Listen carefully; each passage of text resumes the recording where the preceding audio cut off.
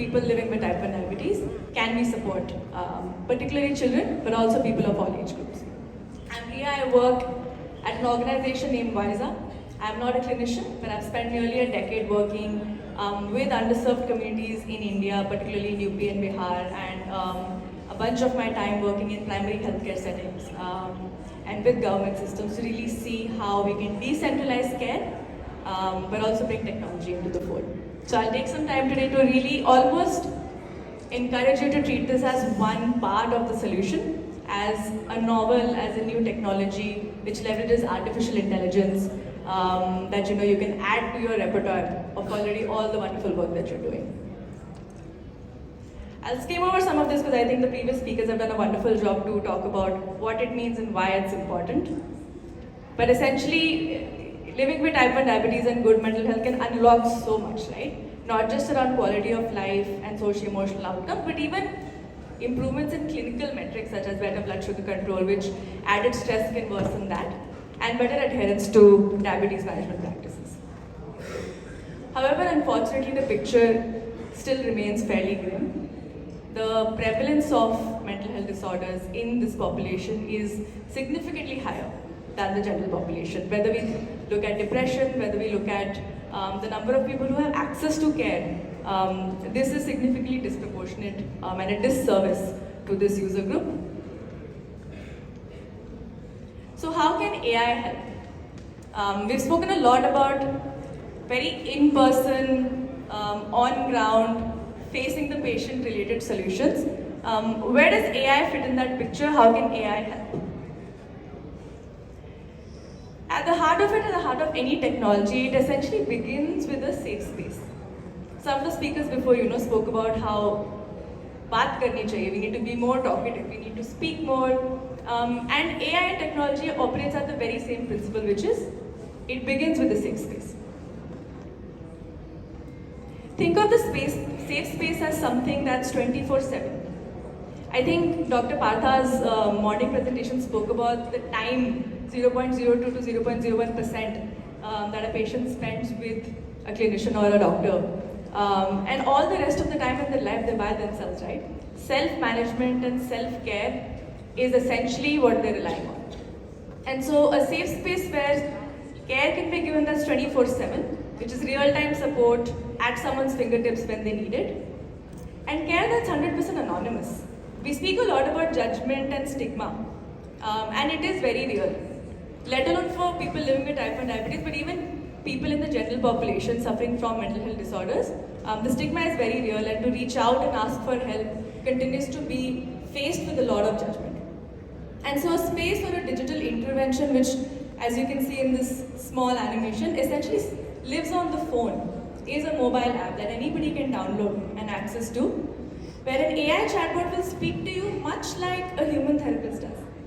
The AI model actually has the capability to hold an empathetic conversation, ask you how your day was, help you reframe your stresses and thoughts, and really feel empowered and take more control of your own life. Whether it's about dating, whether it's about finding a job, whether it's about any of those things, at the end of the day, everybody just wants a safe space where they can feel heard and not alone. Not just the patient themselves, but even their families and especially their parents who are dealing with all the stresses related to this. And one thing I do want to add, given, having clinical safety is of utmost importance. So one thing I will almost caution against is, mental health assessment is indeed a must, but we must ensure that we always do it in a clinically safe way. And what that means is that any technology that we use, or even any in-person intervention that we do, it has to be done in a way where any risks around self-harm or triggering of SOS or ending one's life are either detected, and when detected, escalated to the right people.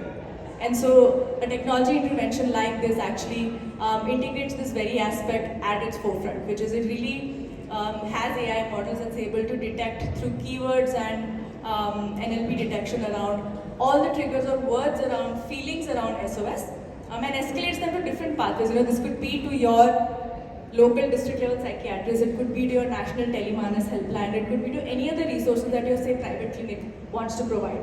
But the idea still very much is that self-care and self-management is useful, but you can't leave it at just that, because taking care in a clinical safe environment is really important. And so this is just a snippet to show that in the world of type 1 diabetes, this is not a technology that has been leveraged or used in a significant way till now. However, this technology is not new in the world of healthcare in general, and so Wysa's solution, which I just spoke about, has helped more than 6 million people in the world. People in more than 95 countries have actually been using this solution, and more than 90% of people have actually said that this has helped them alleviate their anxiety, depression, and stress symptoms.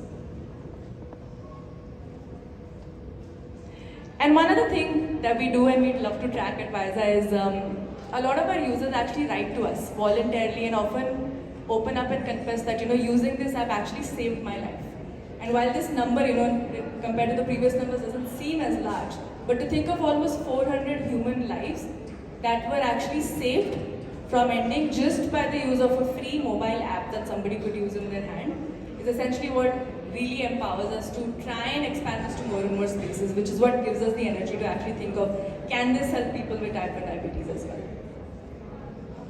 And this is just an example, so you don't just have to believe what I'm saying, but actually some snippets of just a couple of things that people have said. You'll see that on the rightmost side, someone who is 11 years old who used our app, downloaded it themselves, and have written that, I suffer from eating disorders, anxiety, depression, and this app.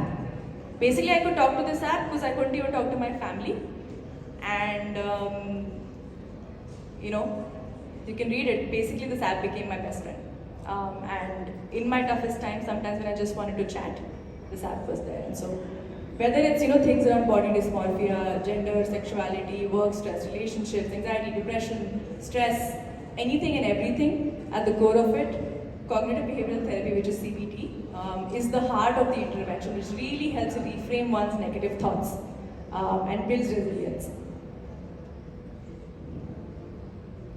And we've been doing this for a while, so of course, building trust in this intervention is extremely important, as you all understand the value of that. So we've published most published evidence in the mental health space with almost 30 plus peer-reviewed studies, best of privacy, top app in clinical safety, and very recently in the US, the FDA gave this intervention a breakthrough device designation, which essentially means that it can be provided as a non-prescription device to chronic pain patients to manage their symptoms better around emotional challenges. This app is also live in the NHS in the UK in more than 30 plus services. So patients in the NHS in the UK actually have access to the Wysa app in conjunction with their clinicians and general physicians to further, overcome the long wait lists that the patients have to suffer through. I thought this would be interesting for the particular audience here is that one of the research publications that it's in publication, it's been accepted. We've done with the University of New Brunswick in the US. Is we did an RCT for behavioral health and chronic conditions. So it is for patients with both arthritis and diabetes. However, the idea was to show that people who have chronic conditions can the use of an intervention like this cause clinical reductions in symptoms of anxiety, depression, and stress. And the results are here for you to see, which is on depression, anxiety, stress, the standard questionnaire scores that one measures. From onboarding and just within 4 weeks, significant point reductions across the 3 metrics after using Wysa. And what this essentially tells us is that, the delta is very significant, which is around 10 to 12 times more outcomes than treatment as usual. So when you actually combine this with the cost effectiveness of something like this, which is just a digital mobile app that you apply in conjunction and in complementary support with psychiatrists, with all the other assessments that we do, it can unlock a lot more than may be evident. And finally, I think all of this, of course, like with so many drugs and so many things that we speak of and see results of, it's not of much use if it sits in a lab or it sits in a world in which it's still not accessible to the kinds of people we work with. And so in the last 1 year, our entire focus has been to actually expand the access and make sure that this reaches more and more people, which is why this is now also available in Hindi. So the entire AI chatbot is actually able to speak to someone who speaks Hindi, so English and Hindi and Spanish and increasingly more regional languages. This can also be provided on WhatsApp. So if someone doesn't even have a smartphone where they're able to download a new app, on WhatsApp itself, this is a conversation that someone can have. And also in the future, voice, where even something as a barrier as such as literacy can also be overcome by just using voice, as I mentioned. And finally, will not be taking much more time, but just also want to say that thank you, Dr. Archana, for, of course, the opportunity to be here. Also, of course, I will be visiting Udan tomorrow. But Wysa is actually piloting this chatbot with Udan kids to actually create evidence for specific to the context of India, but also specific to children living with type 1 diabetes. And we're hoping that this pilot can actually generate evidence that is very, very relevant to the work that we all do.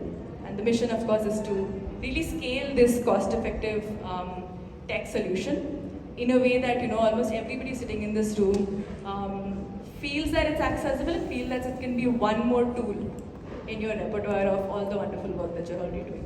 Thank you. Thank you, Rhea. Thank you so much. I'm sorry, but we don't have time for questions, so we will just wrap up with